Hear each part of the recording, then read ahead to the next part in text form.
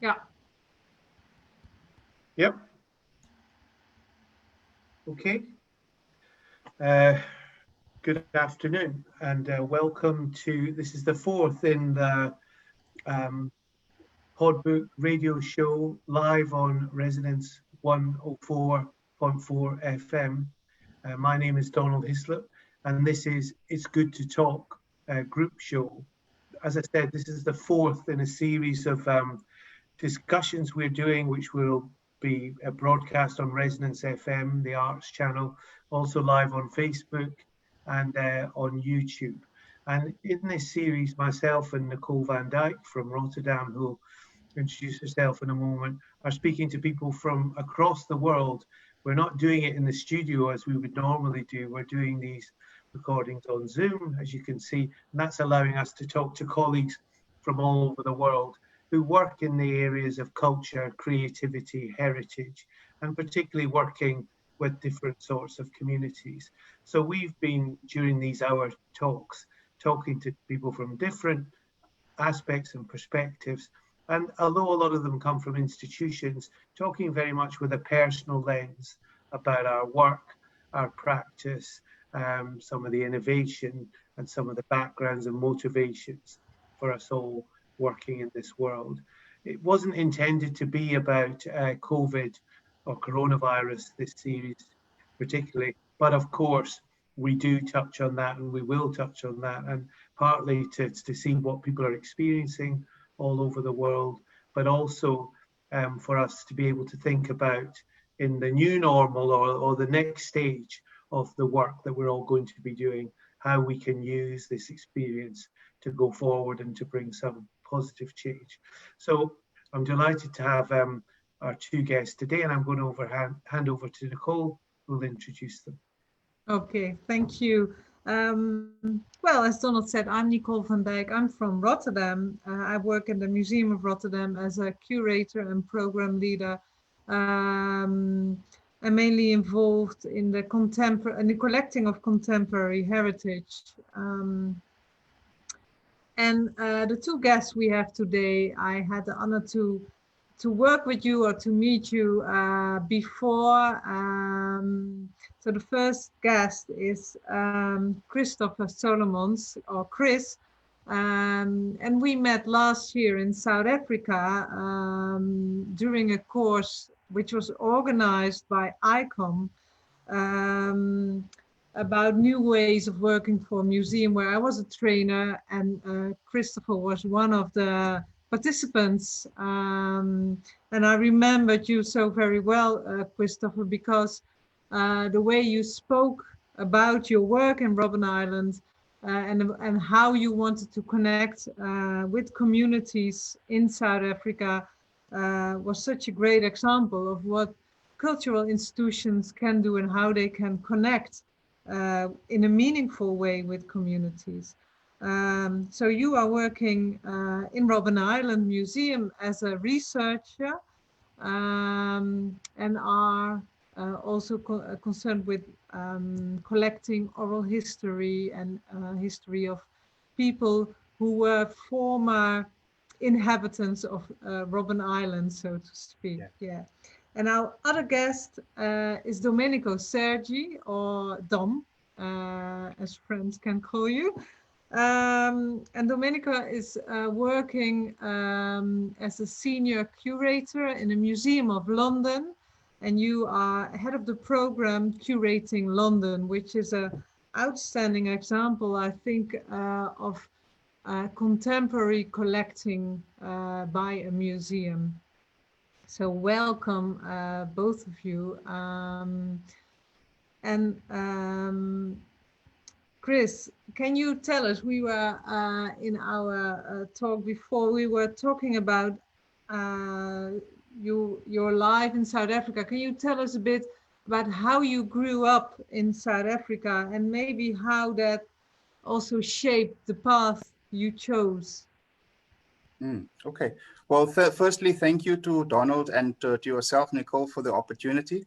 It's wonderful to actually have an opportunity like this to participate. So I grew up in Cape Town, And my family background is that I come from a fairly small family. I only have 2 siblings and a single mother. Yeah, we lived. I grew up in a town called Mitchell's Plain, which is just outside of Cape Town Central. And throughout my high school years, I have been engaged in political activity. I formed part of activism groups in the youth in our community. And at school, I was also part of what we call the Student Representative Council, which sort of mobilized students around the political agenda or the topics of the day. So politically conscious, being politically conscious was sort of on the foreground for me. And when I completed my schooling, I went to university and had great ambitions of becoming a very famous psychologist. And yeah, that didn't work out for me. So I veered, my path went into social development. Yeah, that's where I learned, develop this affinity further to work with communities and for communities to, to be on the foreground of their development. Yeah, so my first real job that I started working in the work environment was working for a small company that was a service provider to Robben Island Museum. And through my interaction with the museum, I started, becoming interested in museums. I've never previously thought about a career in a museum. And then, yeah, eventually, I got employed with the Robben Island Museum, yeah, I've been working there for, I think, since 2006. So it's quite a while. Yeah. Yeah. So that's just a little bit about myself and how I became involved in the museum. Great. And Dom, can you answer more or less the same question? What has been your path? Yes. Oh, thanks. I just wanted to join Chris and thank you, Nicole and Donald, for inviting us to this discussion. It's really interesting. And I really particularly like the idea of, posing and talking about our professions and lives.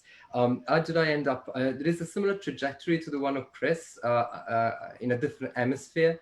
I grew up in a quite small, deprived area, a small town in a deprived area in the south of Italy, bordering Sicily. So the tip of the toe, as I like to describe it geographically, it's a kind of a cultural desert in many respects. But I think that just to stay on the desert metaphor, that has provided me with the kind of the thirst for engagement, for understanding, the curiosity, for kind of people, I guess. So I am, in a similar way that Chris was mentioning, I also was from a very early age engaged in kind of student activism in a high school, and also very involved into community development and volunteering at the local level. So I, throughout my kind of teens, I volunteered for lots of homeless charities and a number of other organizations that were providing support to the elderly and et cetera, et cetera. But rather than being formalized in a structure, these were pretty much what I think part of the literature refers to as grassroots. They were like kind of informal network of people helping each other, like without any sort of project management structure involved, if that makes sense. So, and I think that this kind of genuinity for kind of engagement in human relationship is something that still keeps me quite close to the profession. This idea of, kind of empathy and like the need of kind of getting close to each other that the museums and cultural organization can give you. how did I end up in museum? So I came to London to learn English over 14 years ago, and I got stuck in a kind of nice way. I work in restaurants and the usual thing, you know, the usual migrant ladder of a privileged economic migrant that doesn't need, well, until now, I didn't need a visa to stay. But yeah, so little by little, I kind of worked through different realities and ended up in museums about maybe 10 years ago, 12 years ago. Yeah. And stayed ever since. So it's quite interesting that you both say that you know, you were politicized or in community politics from quite an early age. And I wonder if, well, obviously you said, Chris, you never thought of that connecting through to culture, but I'm sure once you started to work at Robben Island, you did. But I also wondered what sort of access to culture were you having in Mitchell's Plain when you were growing up, and did you connect it through to the politics? But I suppose it's interesting that both of you and the sort of work you do, which we're going to talk about in a minute, have a sort of political dimension, because I think that comes a lot with oral history and those sort of areas of work. Yeah. Did you, Chris, was there much, was culture involved in that politicization at school and everything? I think it's pretty much at the foreground, Donald, because you know you grow up in a time period really there where you are searching. I'm talking about I was born in 1974. I think we moved to Mitchell's Plain in the early 1980s. So most of my schooling I've gone through that. For the whole 12, 13 years of my schooling. But I think culture is really at the foreground in that kind of community, or the search for culture, because the poverty that surrounds you sort of tries to bring you into a level where there's no foresight into how you can develop your own identity. So I think much of the socioeconomic problems that those communities go through is a yearning out, calling out or seeking out of a cultural identity. So I come from that. So that's why I can say I was searching for the culture that I belong to. And that is what drew me closer into politics or political understanding. Not really being very conscious about the macro scale of things, but you know what you experience in front of you is what drives you. So the hardships that we experienced as a family, in the community where we lived, and making the connections, you know, between my life and my neighbor's life, and how everything fits in that on that micro level. It sort of pushes you into wanting to understand what is your culture and how does your culture help you to identify where you are, who you are, and where you need to go to. Yeah, so that's how I think how I sort of searched for culture I started searching for culture in my life. Yeah, and the way you describe it, it sounds also a bit liberating or empowering. Is that so? Or I think to a great extent, yes. You know, because from what I remember, and you know, it is pretty much still the same today, is that you are surrounded in that impoverished areas.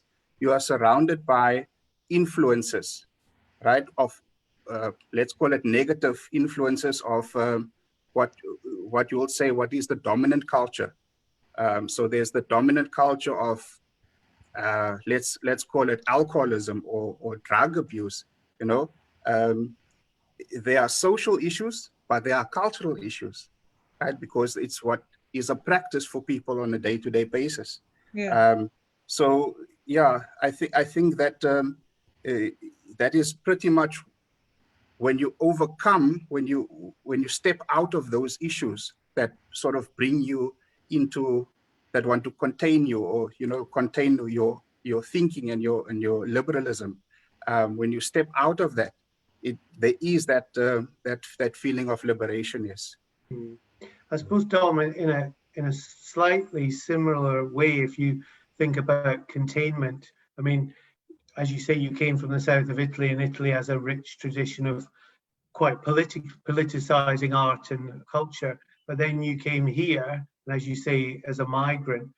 Now the cultural and the museum world in Britain is fairly impenetrable to British people a lot of the time, because it is quite exclusive and has been.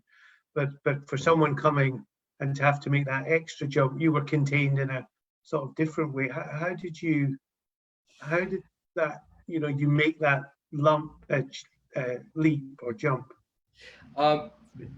This is still a mystery to me. I mean, I can, I mean, in the overall scheme of things, I can tell you what I think has been the sort of drives. But I agree with you. I tend to agree with you with the overall interpretation of the impenetrable nature of the cultural sector in the UK.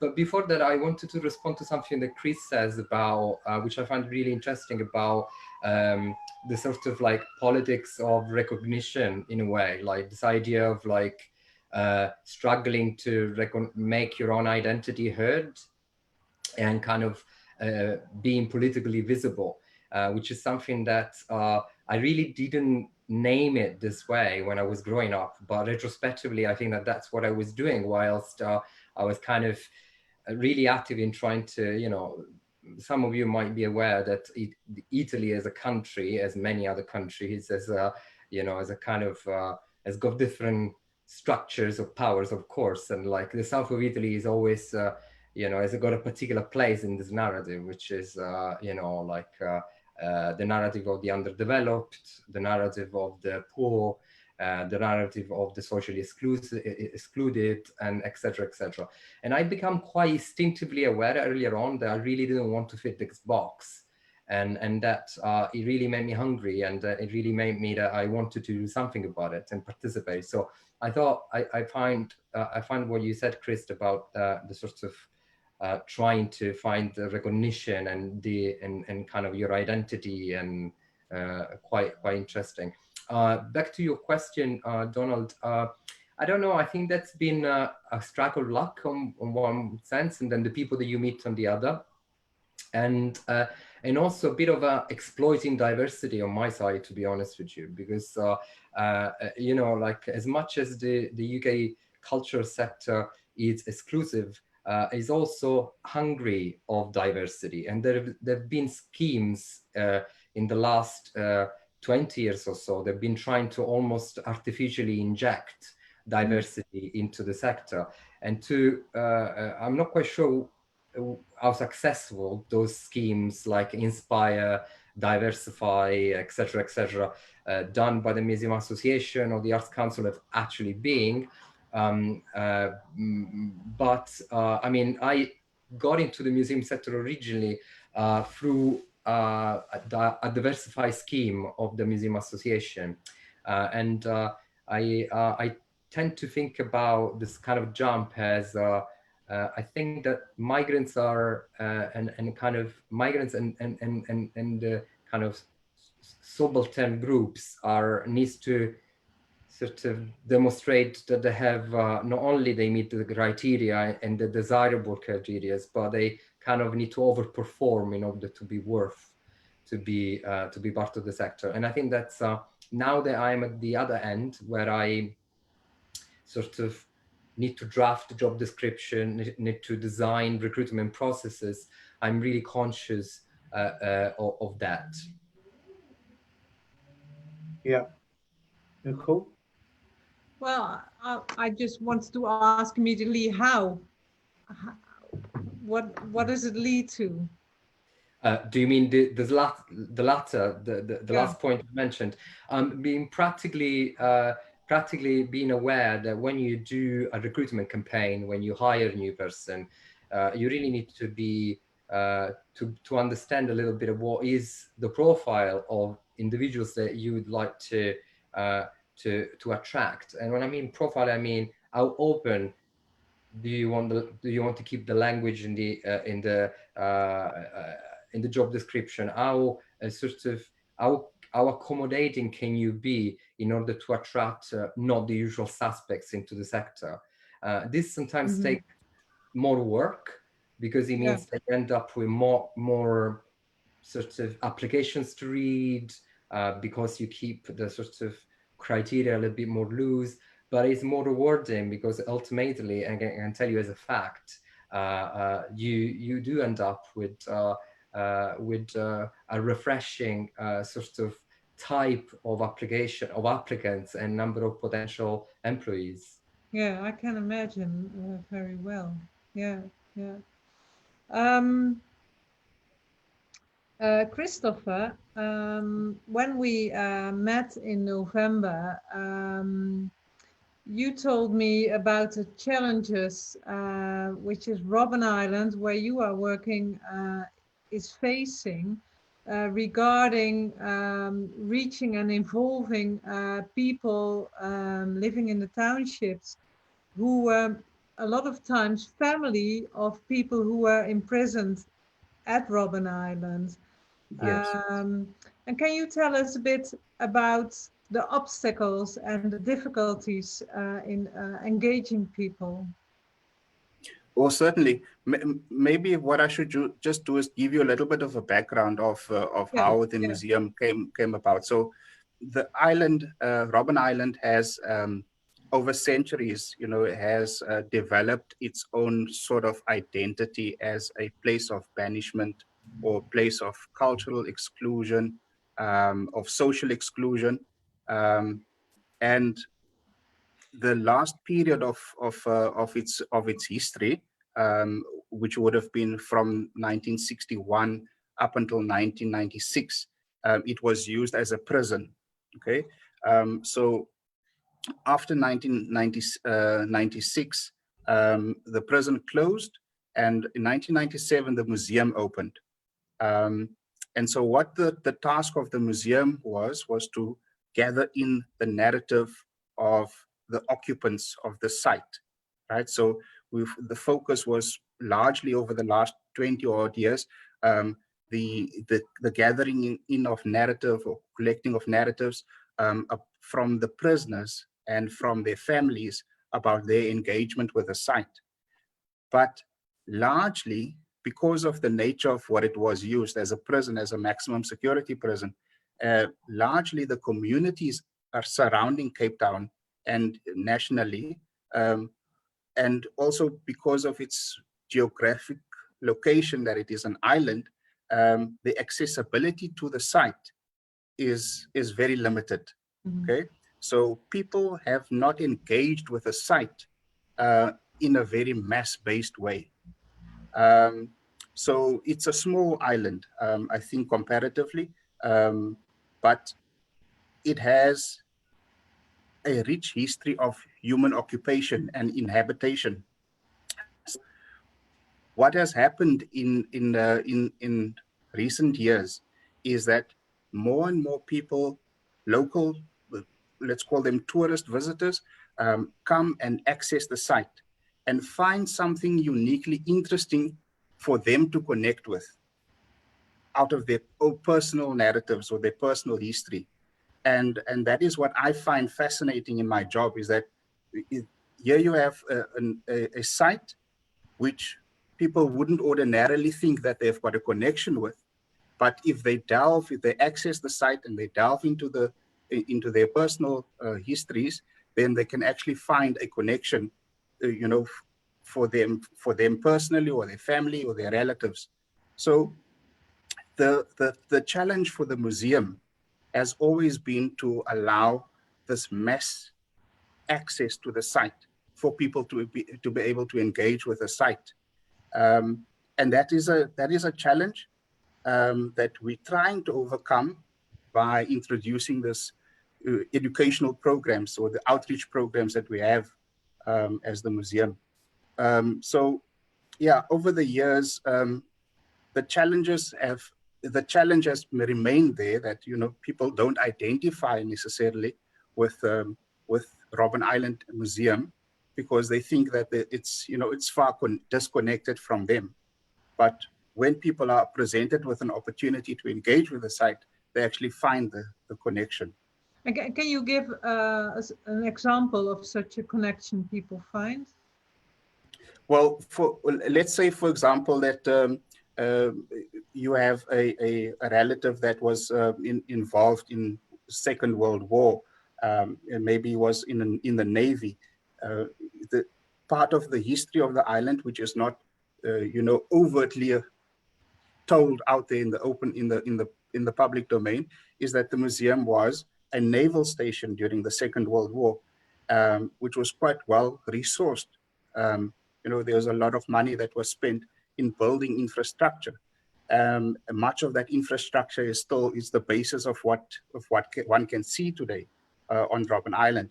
So, if you have that kind of connection from relatives that were either in the military or they were stationed on Robben Island, and that history is sort of in your distant memory, an opportunity to access the site would allow you to reconnect with that memory and develop the appreciation for yourself.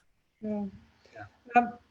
Christopher, maybe it's important you explain a bit how long it takes before how long you have to be on a boat, what it costs to come in Robben Island, so you can see the difficulties for people to really visit the museum. Okay, so the island is 11 kilometers offshore or out of Cape Town, and the ferry boat which the museum operates takes about 30 to 45 minutes.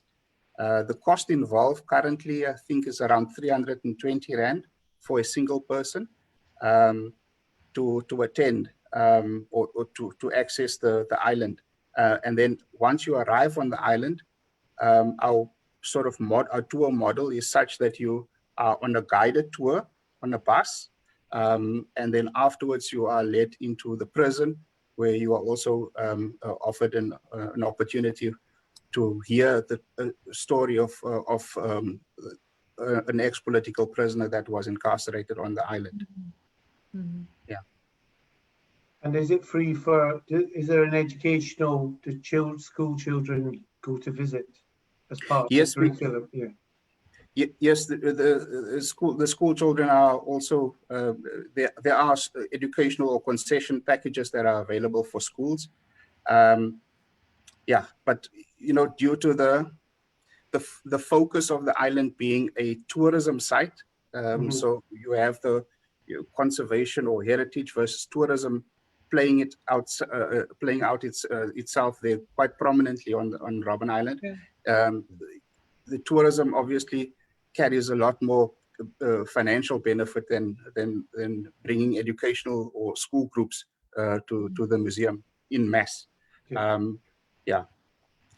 So Dom, that's similar in some ways. You work at an institution which is people from all over the world come to visit, but it's very much about and through the lens of Londoners as well. So can you tell us a bit more about your program, because that seems, that's very focused on the people and the city. Yeah, absolutely, and I think that with a different set of challenges, we also face the sort of the challenge of reaching out to Londoners. This is obviously a museum, although it's a museum in the center of London, and I can tell a little bit about our plans to move into a site within the next few years. It is a museum that caters a number of audiences, as you were saying, as diverse as tourists and Londoners from Zone 1 to Zone 8. So I think that there's a number of programming challenges if we look at from that point of view. So obviously from a kind of like quite basic point of view, the museum alongside other museums and institutions in London and elsewhere is free. So the main collections are free, but obviously temporary exhibitions tend to be paid for. The program I'm particularly leading on, which is Curating London, that Nicole was referring to, has got a particular mandate to build community partnerships all around the city as a way of collecting in collaboration with communities around London. So in a way, in doing this, we inevitably build sort of partnerships with organizations and individuals all around the city. In terms of the sort of, I think that the new site and the work that we're doing to kind of the prep work that we're doing for that is an interesting example in this respect, because the museum, some of you might know, will move not far in a kind of disused market area in West Smithfield, which is near Farringdon, and it's interestingly placed because it is an area that is not far from Tate. From one point of view, it's a kind of could be a walking distance in a way, across the bridge. It is bang into the city of London, so it is within a financial district where there is very little cultural, well, apart from the Barbican, of course, and the Guildhall School for speech, etc., etc. It seems to be like a part of the city that is more used during the week rather than during weekdays. So the challenge here is to sort of reinvigorate the cultural district, as it were, of a place that is mainly a financial or perceived as a financial district. And this is not only a challenge to reposition the area for tourists, but also for Londoners, and to make them relevant to all Londoners, and not the usual visitorships of museums. So we're quite doing a lot of work to make sure that our design processes, our way of working and collaborating with community and curating and collecting with community is really open and really tries to harness the sort of interest and knowledge of all sorts of communities in London. So it is an interesting challenge. Can you give us some examples, Dom, of the sort of communities you're working with and how you work with them and how they're going to be documented?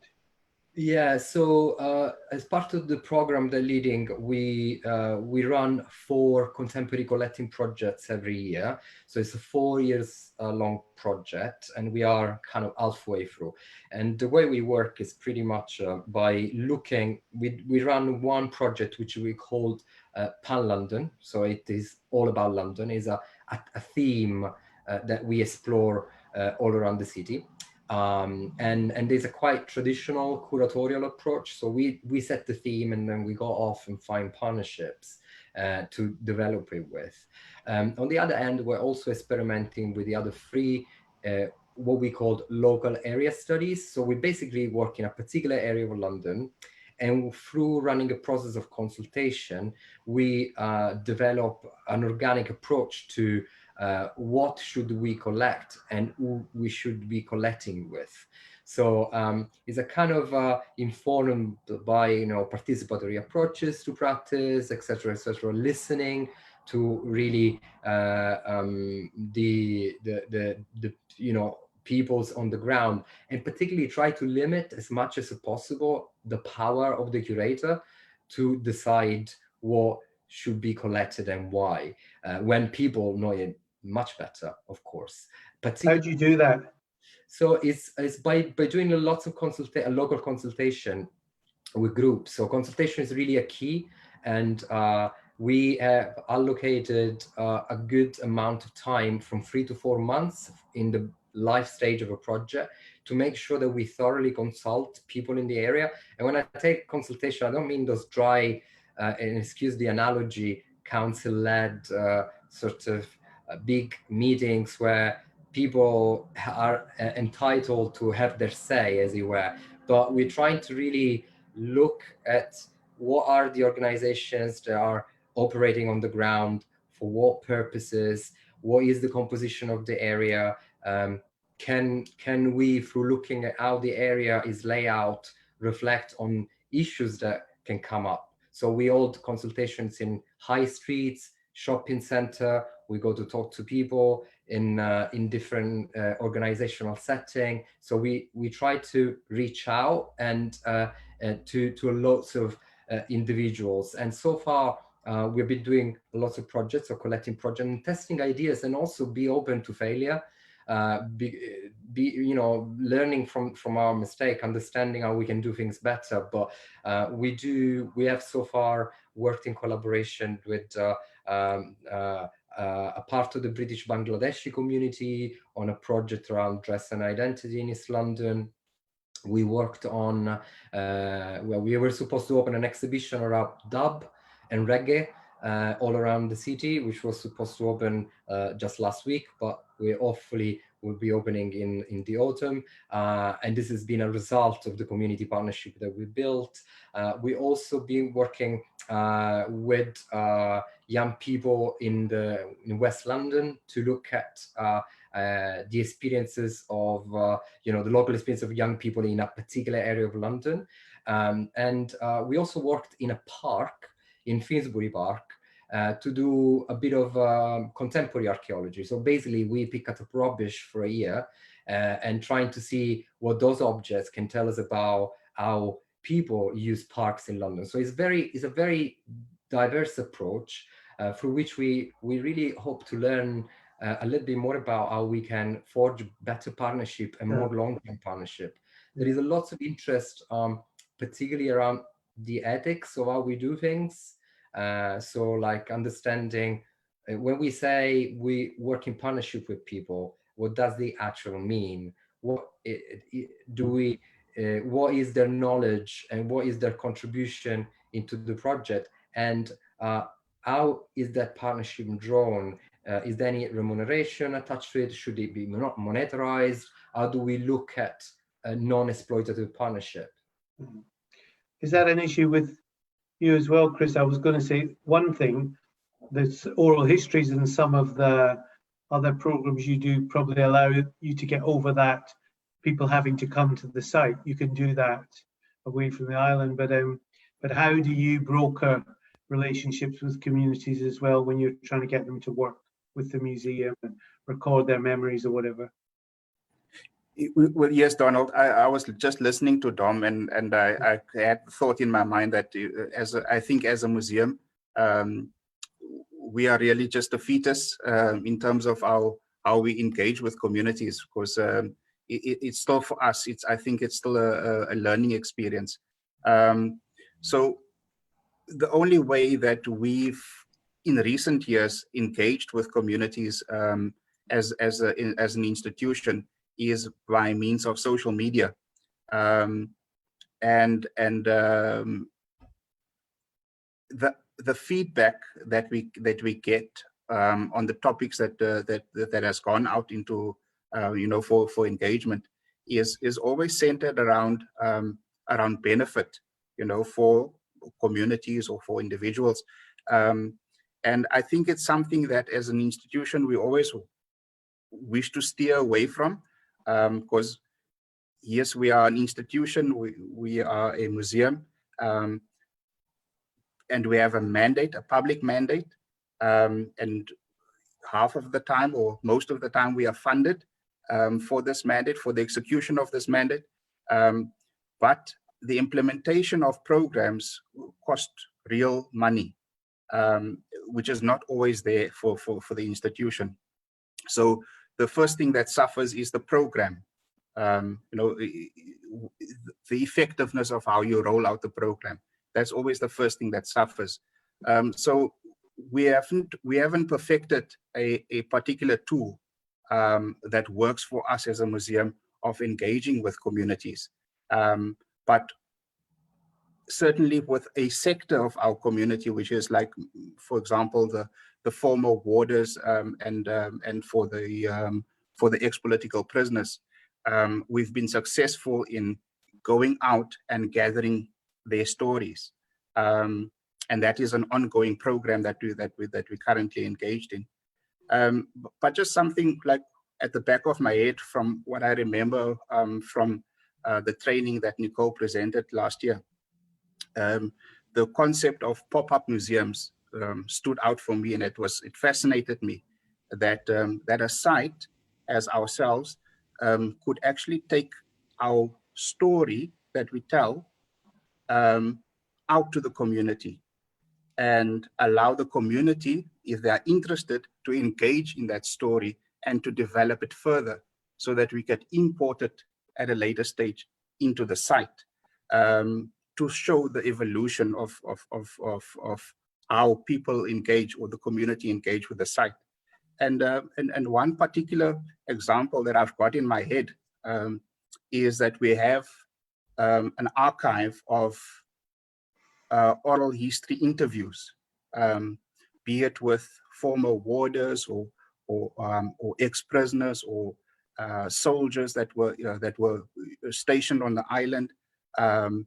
We've got documents of the patients that were held at the infirmary when the island was a general hospital. So there's a rich archive that is not really accessed. But if we can find a mechanism of taking the archive to the people, it will allow the people to engage with the archive and to engage with the mandate of what the museum is all about. Yeah. I just think, while you were talking about how beautiful it would be to almost have a pop-up right at the pier where people need to get the boat, so that you would engage with a particular type of also people that you might find there, or they probably can have a glimpse of what to expect. Interesting. Yeah, I of course the training, I remember it very well, and you adopted a concept. So you had the task to make a concept which was usable for your own institution, and you made a sort of concept indeed with a pop-up museum where you could collect the histories or make a sort of collection on site and exchange stories and narratives by story cafes, which I introduced then. So that's, it would be great if you could make that happen in South Africa, in Capetown. I think we are, the COVID-19 or this pandemic has sort of forced us to try and rapidly think about how to do things differently. As an institution that is heavily dependent on tourism for its income generation, we have to look at something different now. A different means of operating, other than expecting masses of people to come through to the site and visit the site on a daily basis. So we have to look at how we use what we have in order to still maintain that connection with our constituents. What about you, Dom? Sorry, Nicole, go on. No, go ahead. I was just saying, now that we've sort of got on to we've mentioned COVID, I mean, as you said, you are developing this relocation of the Museum of London into this really interesting historic site where the central markets of the old city were, and in amongst a lot of the history. But do you think what's happening now and what's happened over the last few months will have an impact on how you think about not only how you operate it, but how you think about this museum, because you're in that creation point? Or is it too early to tell? No, I think that's definitely, as Chris was saying, this is also quite quickly we realized this could be an opportunity for us to kind of experiment with different ways of operating, including I've tasked my team to start thinking about what does digital engagement look like across the different life stages of our project, and how do we need to make sure that we put access to digital access as an important part of what we do as we go out, maybe engaging in a different ways in the next few months. As you were saying, Donald, in the introduction, we're kind of we are all trying to understand how this new normal will look like, and potentially, I think that it is interesting to think about different ways of engaging and thinking and consulting people about the new museum. In terms of the COVID, another opportunity that was presented to us is to really think about our contemporary collecting processes through COVID. So at the moment, the museum has launched a contemporary collecting campaign around COVID, and I am one of the people that's kind of looking after that particular strand. And one of the questions that we have been trying to really think carefully is museums in the past, including the Museum of London, have lots of sort of assets of objects and oral histories that relate to past pandemics. Mm-hmm. But one of the things that we really want to make sure that we do is to reflect about not only the objects and story that come from the pandemics, but also what the pandemics makes surfacing in terms of structural inequalities, in terms of the real sort of the reality, the lived experience of people and Londoners. So with an eye on this, we've been starting lots of sort of collecting projects in collaboration with communities to record these particular experiences, and we're working with health professionals to record this particular time. And we just completed 2 engagement projects with the Muslim communities in this hemisphere. Ramadan has ended yesterday, so that's there's been a quite good opportunity for us to collect Ramadan during lockdown, and in a sensible way, by working with young people and families. And how do people react to the proposition to become involved in a cultural project when, you know, they've been in lockdown, or a lot of people are very worried or anxious, and, you know, in places like Newham, which is some of the most diverse parts of London, it's got some of the highest incidences of it. So how do you get people, you know, are people quite up for it, or, you know, do you have to convince them to do something at this time? I mean, it's definitely, this is, we are all very aware that this is like a time of hardship, loss, and trauma for many individuals. So that is quite the bottom line of what we do, is not only to go sensibly about it, but also to understand what is the proposition, what do we suggest people to do. And I think that it is true that the lockdown has this kind of lived reality of loss and trauma and hardship, but there is also a larger part of individuals that are literally locked down in their houses, and they can't leave their houses. They shouldn't, you know, they're not allowed to leave their houses. And so cultural participation and forms of partnership also gives the opportunity to be able to sort of relate to others in a slightly different ways. So, and we have seen this with the Muslim community during Ramadan, and the idea of actually recording the experience of going through Ramadan in a lockdown, whilst Ramadan for the Muslim community is a particularly sociable month, where you establish a relationship with your kins, you attend public gatherings, and particularly the charitable organization that work during Ramadans. I mean, it's a quite interesting time for the Muslim community, and I think that this has been an opportunity for participation in times that the physical one was impeded. Yeah, definitely. I was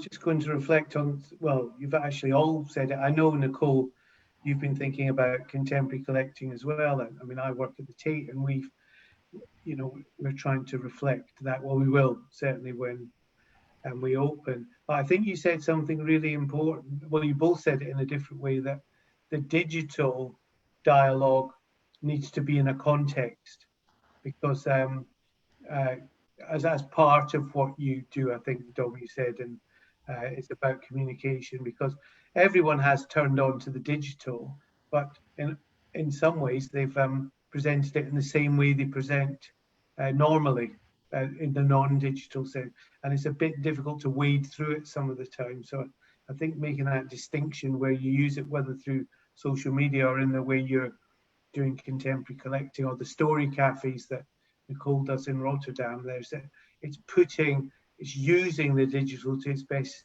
advantage, rather than using digital for the sake of it's digital, if you know what I mean. Yeah, and there is a, sorry, Chris.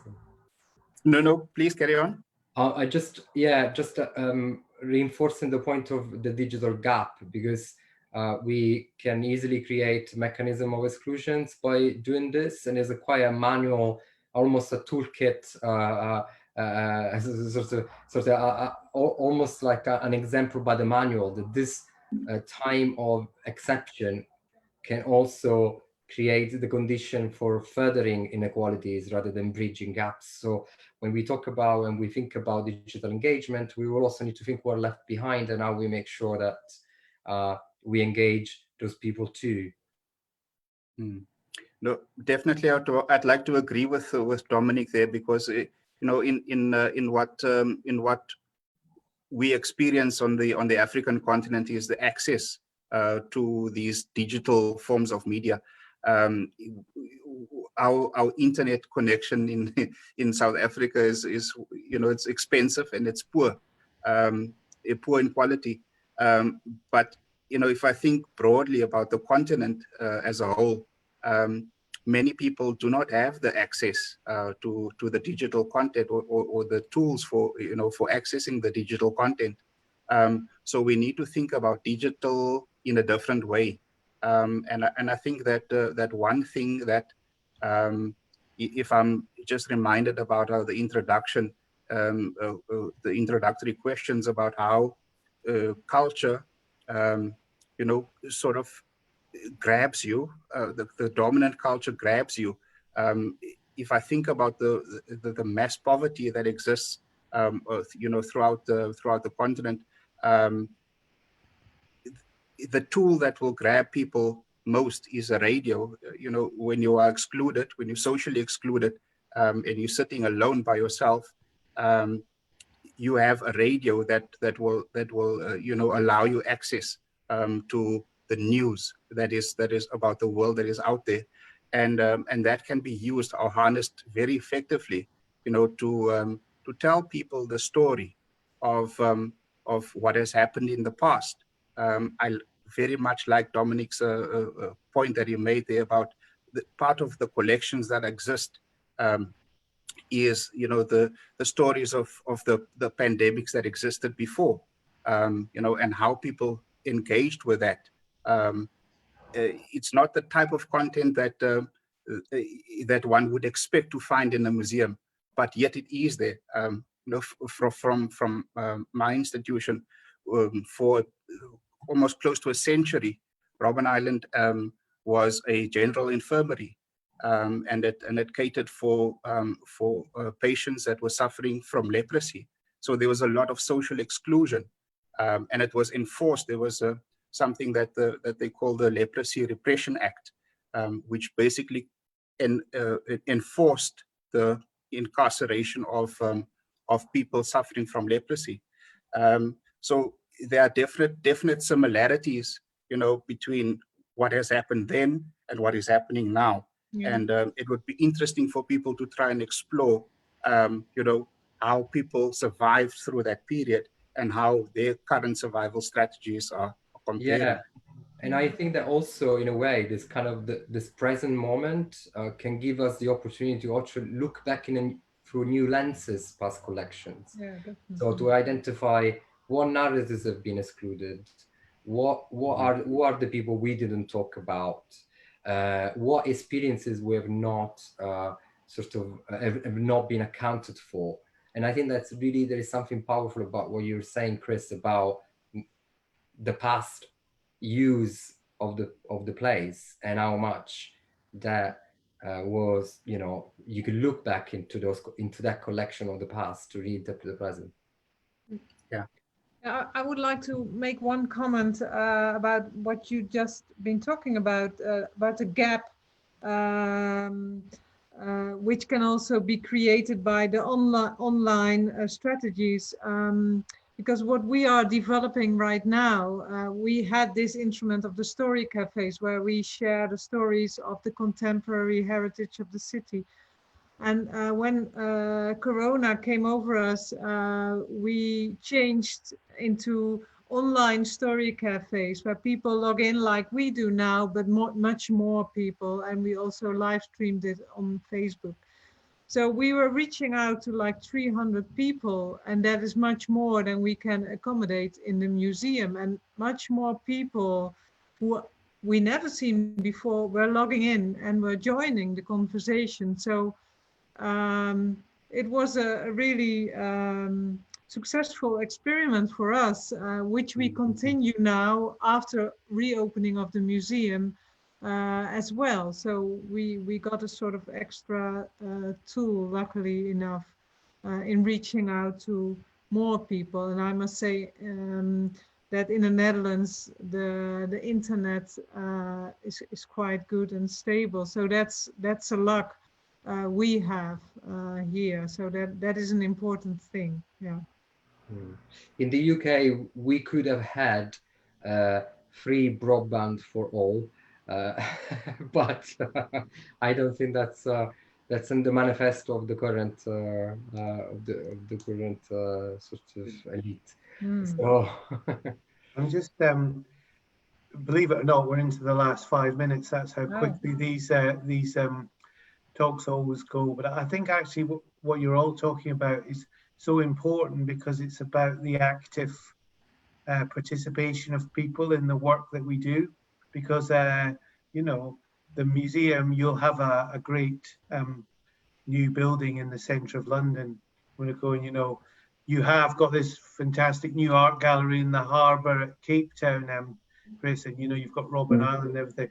But unless they connect, particularly with some of the marginalised and excluded communities you're talking about and that Nicole connects with in Rotterdam, then they never quite realise their full potential. So I think you're very much consolidating and making bridges in the work that you're doing there. I mean, how are you hoping to take it forward, Chris, the work with Robben Island?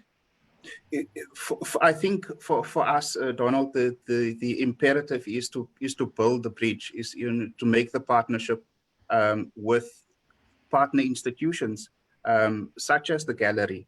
You know, there has to be a connection that we need to find between what exists currently and taking that connection into the community so that the community feels included in that connection. You know, we have it's a site, you know, it's God's green earth. So it's not something which is in the sky. It's not something aloof. It's something that people should be able to have an idea of, you know, how it fits into their lives. And it fits into everybody's life. It's not something that can be excluded from anybody. Yeah. So I think practically for moving forward, it's about creating partnerships. It's for us. I think it's about seeing ourselves in other people and other people seeing themselves in us. Yeah. Beautiful. Dom, anything? I hope you got a big challenge to get this museum ready. Yeah, I mean, I'm only one of the wheels of the big machine, but I agree with Chris about a space where you can see yourself reflecting others. And I think as museums, the least that we can do is to build spaces where you can really get a sense of the stories of the other people as it was your own. So I really, and by doing that in a big city, in a diverse city like London, I think that it would be a good opportunity to have in the heart of London a public space that is owned by but where people can just come in and chill if they want to chill, and work if they want to work, and learn about themselves and others if they want to do that too. So I think it's like my main takeaway would be keep it public, a big square in the center of London, and one where there is a dialogue between different communities that make up the diversity of London. Absolutely. Nicole, any finishing comments from you? Well, I enjoyed this conversation very much. I have the feeling we could talk for hours and hours with the four of us. I really love the way Chris is giving words to the challenges you are facing, and also the clever ways Dom is finding for collecting in the contemporary time. So I really enjoyed this conversation. The same, absolutely, and we must do more or do it again, because we haven't really touched the sides. But I'm so glad, Chris, that you mentioned the power of radio, because of course, yes, this is It's Good to Talk group show, which is on Resonance 104.4 FM, and you can also get that at resonancefm.com. And also we've been putting this on Facebook and YouTube, but I think it's a radio program in spirit, and having an hour to talk about some of these things today, I think has been absolutely fantastic. So thank you, all of you, and we'll see you the next time. Thank you. Thank you. thank you. Thank you.